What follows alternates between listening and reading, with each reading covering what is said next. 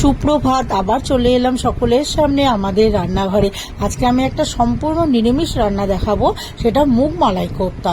এটি তৈরি করতে লাগবে সেদ্ধ করা মুগের ডাল, ওটা ভেজে আমি সেদ্ধ করে রেখেছি, সেদ্ধ করা আলু, ময়দা, দুধ, টক দই, আদা বাটা, কাঁচা লঙ্কা বাটা, এদিকে লাগবে কিশমিশ কুচি, কাজু বাদাম, নারকেল কুচি, কাসুরি মেথি আর ঘি, আর এদিকে লাগবে হচ্ছে নুন, হলুদ, স্বাদ মতো চিনি, কাশ্মীর লঙ্কার গুঁড়ো, জিরের গুঁড়ো, ধনের গুঁড়ো, আর ফোড়ন দেওয়ার জন্য গোটা জিরে, গোটা গরম মশলা আর তেজপাতা।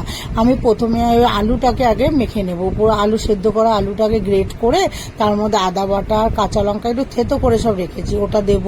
আর ছোট এলাচ গুঁড়ো করে রেখেছি, সেটাকে দেব। দিয়ে এইবার একটু পরিমাণ মতো নুন দিয়ে আর ময়দাটা দিয়ে ভালো করে আট করে মেখে ওটা আমি রেখে সাইড করে রাখবো। এবার আমি যেটা মুগ ডাল করেছি, মুগ ডালের পুরটাকে করে নেব।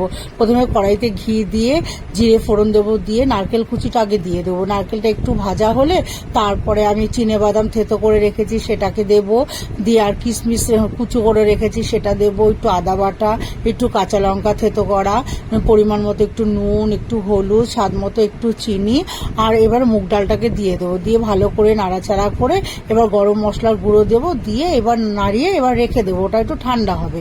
ততক্ষণে আমি গ্রেভির মশলাটা করে নেব। ওটার মধ্যে আদা বাটা, কাঁচা লঙ্কা, জিরের গুঁড়ো, ধনের গুঁড়ো, কিছুটা কাশ্মীর লঙ্কার গুঁড়ো, একটু হলুদ আর টক দই দিয়ে আর কাজু বাদাম দিয়ে এটাকে ভালো করে আমি পেস্ট করে নেব। ততক্ষণে মুগ ডালটাও সেদ্ধ হয়ে যাবে। এবার মুগ ডালটাকে ভালো করে মেখে ওটাকে আমি ছোট ছোট করে গোলাকার করে পুর দেওয়ার জন্য ওটাকে আমি রেডি করে নেব গোল গোল করে। এবার এটা হয়ে গেলে এবার আমি যে আলুটাকে মেখে রেখে দিয়েছি, এবার হাতের মধ্যে তেল মাখিয়ে এবার আলুর পুর আমি কিছুটা হাতের মধ্যে আগে নেব, নিয়ে ওর ভেতরে ওই মুগ ডালের যে গোলটা করে রেখেছি সেটাকে ভেতরে পুর দেব, দিয়ে ভালো করে গোল গোল করে এগুলোকে সব আগে তৈরি করে নেব। নিয়ে এবার কড়াইতে সাদা তেল দিয়ে আমি ওগুলোকে সব ভেজে তুলে নেব। এবার ওগুলো ভাজা হয়ে গেলে ওই তেলের মধ্যেই গোটা জিরে, তেজপাতা, গোটা গরম মশলা ফোড়ন দিয়ে যে মশলা পেস্টটা করেছি সেটাকে দিয়ে দেবো। দিয়ে পরিমাণ মতো আরেকটু নুন, স্বাদ মতো আরেকটু চিনি, কাশ্মীর লঙ্কার গুঁড়ো দিয়ে ভালো করে মশলাটাকে কষিয়ে একটু ঢাকা দিয়ে রাখবো। কিছুক্ষণ পর ঢাকাটাকে তুলে এইবার আমি যখন নাড়িয়ে চাড়িয়ে দেখে নেবো মশলাটা তেলটা ছেড়ে গেছে, তখন সব কোপ্তাগুলোকে দিয়ে এবার আমি জল দেবো না, তার পরিবর্তে দুধ দিয়ে দেবো।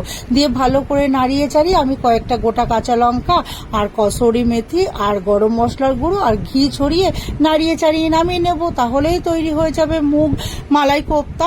এই রান্নাটি যদি ভালো লেগে থাকে লাইক করবেন, কমেন্ট করবেন, শেয়ার করবেন, অবশ্যই সাবস্ক্রাইব করবেন। ধন্যবাদ।